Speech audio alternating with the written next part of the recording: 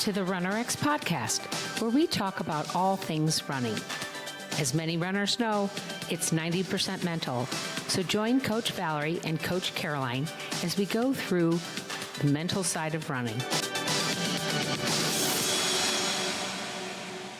Welcome back to Tough Love Tuesdays. I'm your host, Coach Caroline. And sorry, we've been a little bit sporadic during the month of February. I did catch COVID and was out. You probably noticed that in some of our earlier Friday podcasts. My voice is still very froggy and very in my throat, so I apologize. It gives a good sound and a good feel, I think. Anyway, we're back on track. I'll be recording with Valerie today to get some good podcasts in there for March. So that being said, today I want to talk to you guys about a subject. I think I brought it up with Valerie. I might not have. It might have been something that I brought up in the group, but I found it really fascinating. As we hopefully come through a very traumatic time in our ecosphere of the pandemic, the global pandemic. And I say coming to an end, possibly it's becoming endemic, whatever you believe. The idea is that more people will get it, more people will get sick and get well and have the antibodies. So I'm not here to talk politics or even the idea of whether or not this is an endemic or a pandemic. What I want to talk to you about is this concept of the placebo effect. And I found it really interesting. I was listening to this other fantastic podcast where two doctors were talking about the idea of the placebo effect. And I'm sure you've heard of it, this idea that they tested in some patients, they would give them a pill and say it was the pill that would make them better, but actually it was just a sugar pill. They've done this over and over again for a very long time. And it's not that it's foolproof, but there's a large percentage of people that will, if you tell them the pill will cure them, they actually are able to metabolically change their body and actually get better. And it's this fantastic effect that the mind has on the body. And they call it a placebo effect because obviously it was a sugar pill. It had no intrinsic value to make them better in any way. It was totally based on their belief in that pill that it would fix them. Well, there's this opposite side that we don't talk about. And this doctor was bringing it up with the idea of the pandemic and with the idea of getting sick during this time that she brought it to my attention, called Nocebo. This is when you call up your friend and you say, oh, I haven't gotten tested, or I got tested and I have Omicron, or I have COVID and I'm going to have to quarantine for 2 weeks. And your friends immediately go, oh my God, are you okay? Are you still sick? Has it been 10 days?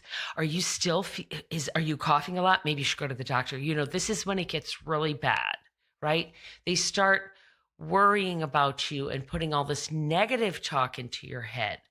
That can have the same powerful effect of a placebo that makes you feel good.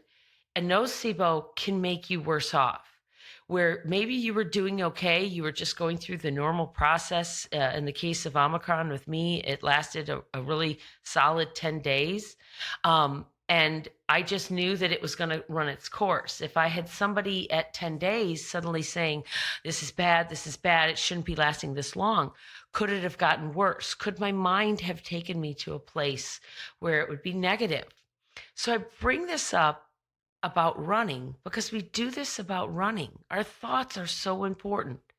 So if you think to yourself, running is making me stronger, it's a fantastic cardiovascular exercise, I'm using all of my muscles, I'm gaining strength as I progress in my joints, I'm helping myself, my bones will over time adapt and become stronger and able to handle impact better.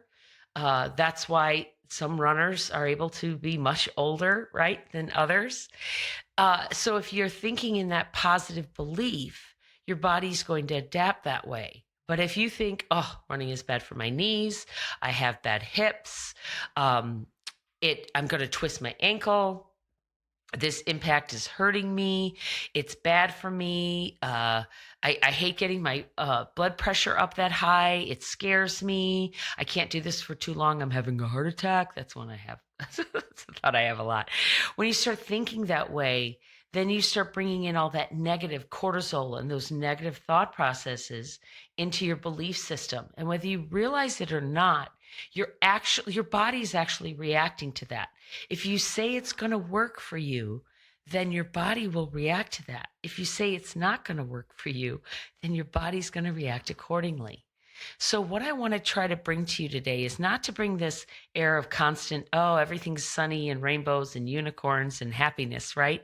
But if you look for the good and believe in the good of what running is and why you do it, you're more apt to get the positive benefits of running than you are if you think negatively or get that nocebo effect that are going to bring down those negative beliefs. Now, that also means who you're hanging around with. Now, I'm not saying you don't hang around with your running friends, but if your key friends that you hang around with are the types that are like, ugh, we got to really like pound the pavement. I've got to push through these last 3 miles. And they're bringing you down.